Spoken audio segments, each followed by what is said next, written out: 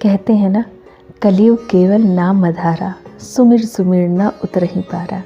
राधे राधे, जय श्री कृष्णा। आप सभी का बहुत बहुत स्वागत है आपके अपने लड्डू गोपाल कृष्णा परिवार में। आज बहुत समय के बाद हमारे माधव जी आप सभी के समक्ष आए हैं, आप सभी के साथ एक प्यारी सी मुलाकात करने। तो आप सभी अपना थोड़ा सा समय हमें और हमारे माधव जी को भी दें।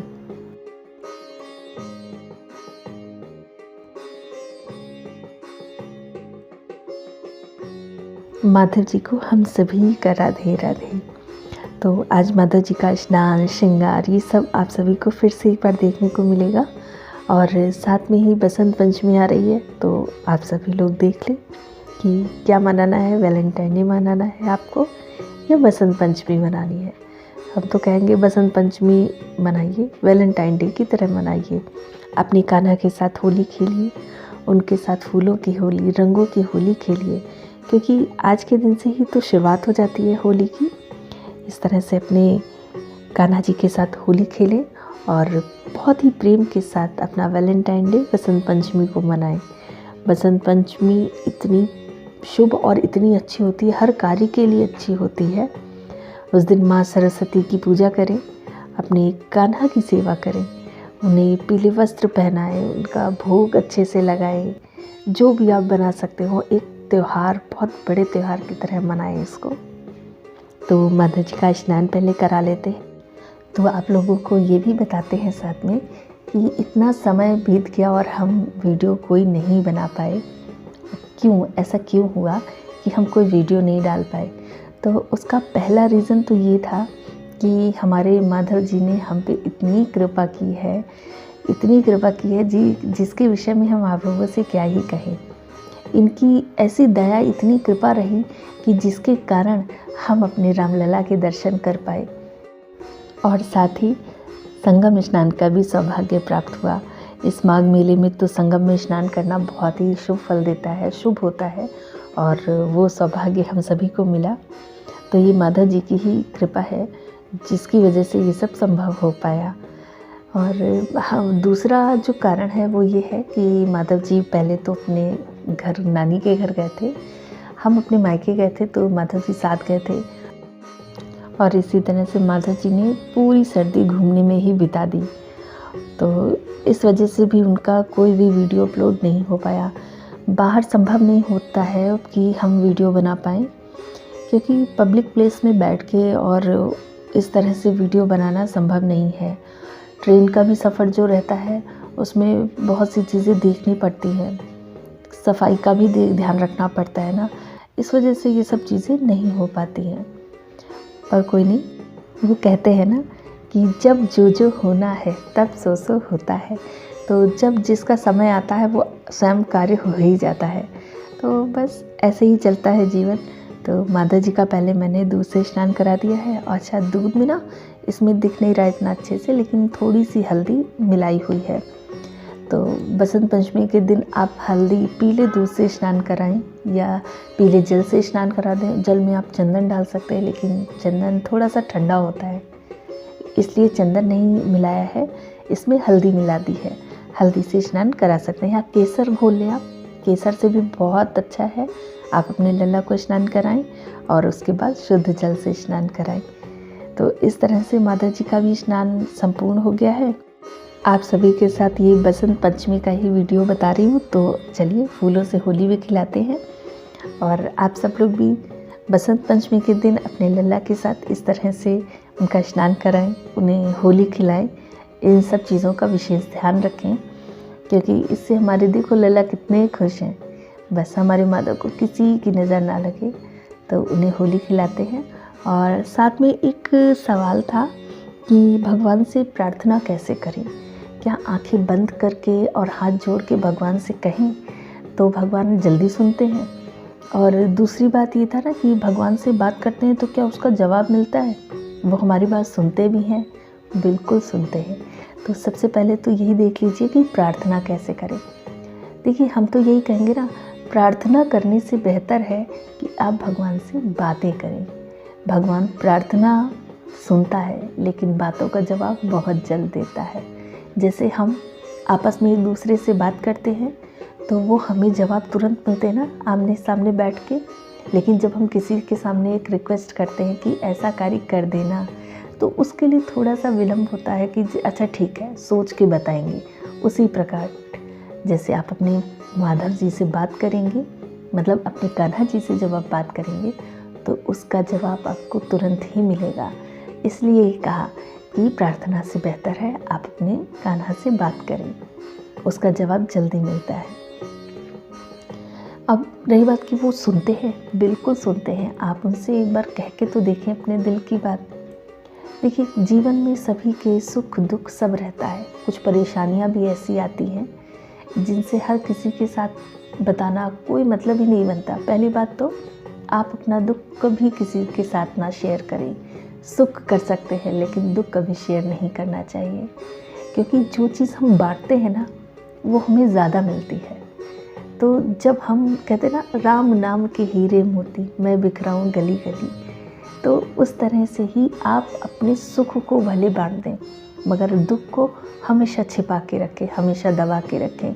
अपनी तकलीफ़ को सिर्फ बांटना है तो अपने कान्हा जी से, अपने कृष्णा से बांटें, क्योंकि उन सब चीज़ों का हल उन्हीं के पास है।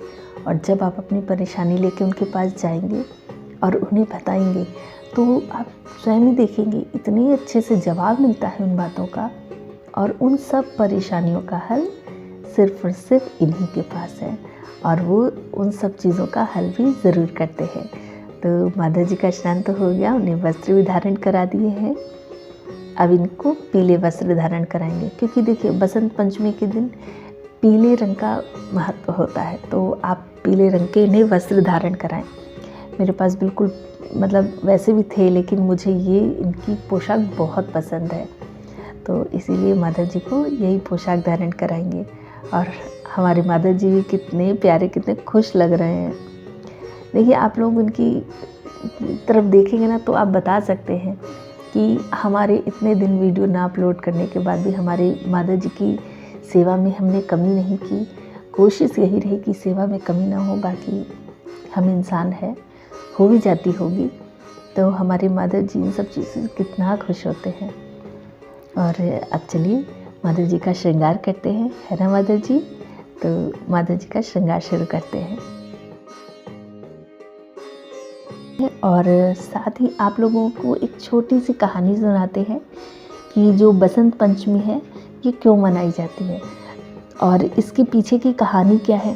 तो पहले तो यही जानेंगे। देखिए, बसंत पंचमी जो होता है सरस्वती माता के अवतरण का दिवस होता है, इसलिए ये बसंत पंचमी मनाई जाती है। अवतरण मतलब आज ही के दिन माँ सरस्वती प्रकट हुई थी, अवतरित हुई थी धरती पे। तो इसकी एक छोटी सी कहानी है, चलिए सुनाते हैं। एक बार ब्रह्मा जी पूरे ब्रह्मांड के भ्रमण पे निकलते हैं। तो जब वो निकलते हैं तो चारों तरफ देखते हैं सभी मूक होते हैं। मूक मतलब कोई बोल नहीं रहा होता है, सारे कहा जाए तो गूंगे होते हैं, कोई नहीं बोलता है एक दूसरे से, बस मौन होते हैं। तो ब्रह्मा जी को लगता है कि इतना अच्छा मतलब ब्रह्मांड बनाया है, लेकिन यहाँ कुछ अधूरा लग रहा है, कुछ तो ऐसा है जिसको हमें पूरा करने की ज़रूरत है। तो वो अपने कमंडल से जल छिड़कते हैं, तो उसमें से माँ सरस्वती प्रकट होती हैं, जो हाथों में वीणा लिए हुए और बहुत ही दिव्य सुंदर वस्त्र धारण किए हुए बहुत ही अलौकिक रूप में उनके सामने आ जाती हैं। तो ब्रह्मा जी जब उन्हें देखते हैं तो उनसे कहते हैं कि हे देवी, तुम आज के दिन प्रकट हुई हो, तुम्हारे हाथ में वीणा है, तो इसकी ध्वनि से तुम सभी को एक ध्वनि की आवाज़ से, मतलब इस ध्वनि से सभी को आवाज़ दे दो। तब माँ सरस्वती ने ब्रह्मांड में सभी लोगों को आवाज़ दी।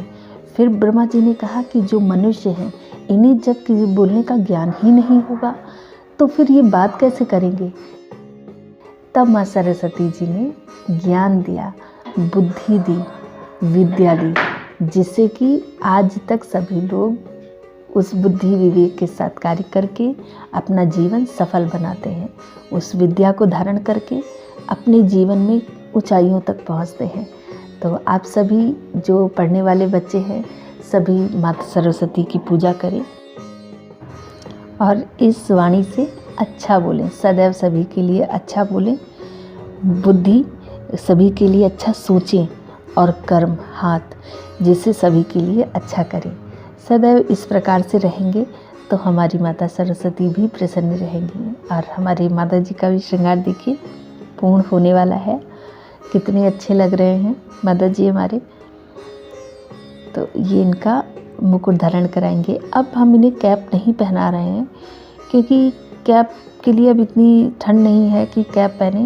देखिए, अपने कान्हा की सेवा सदैव उसी प्रकार करें जिस प्रकार अपने घर में बच्चों की करते हैं।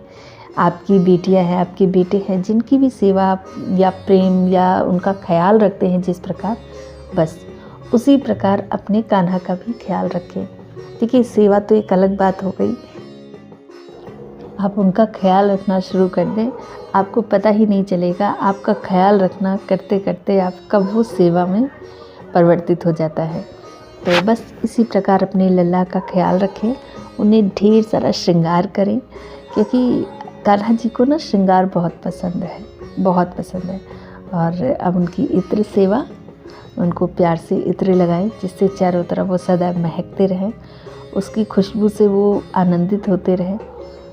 और इस प्रकार अपने लल्ला को इत्र लगाएं। देखिए, कभी भी उनके चेहरे पे या उनके मेकअप पे इत्र नहीं लगाएं, क्योंकि थोड़ा सा इसमें कुछ तो केमिकल होता होगा, और बिल्कुल ओरिजिनल कहाँ मिलता है वो हमें नहीं पता। कोशिश हम यही करते हैं कि उनका तो वृंदावन से लेके आते हैं, अब भगवान जाने कि क्या है, पर हम उसे ओरिजिनल समझ के ही लगाते हैं।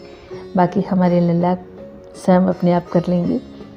तो माधव जी के जब भी इत्र लगाते हैं तो उनके बालों पे, उनके वस्त्रों पे लगाते हैं, उनके मेकअप पे बहुत कम। तो देखिए कितना मुस्कुरा रहे हैं हमारे माधव जी। आप लोग देख सकते होंगे ना कि इनकी मुस्कान बहुत अच्छी लगती है।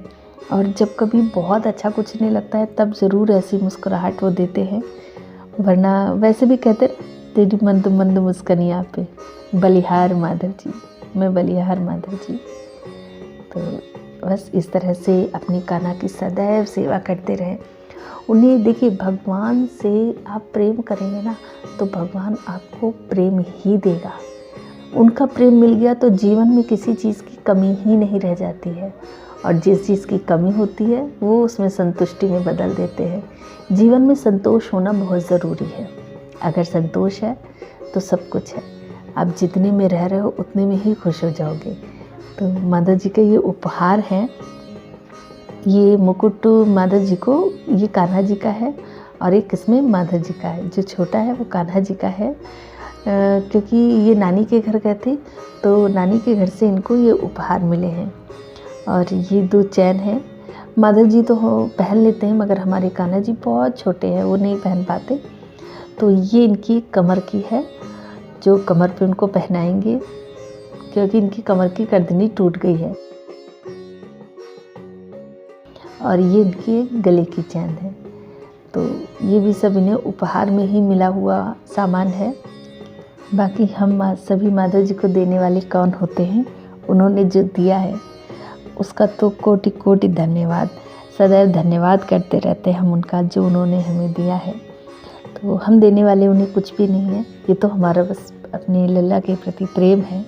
जब उन्हें चाहते हैं कि हम उन्हें खूब सजा के रखें, हम सब कुछ उनके लिए वो कर सकें कि क्या कहें, उसके लिए शब्द नहीं है मेरे पास।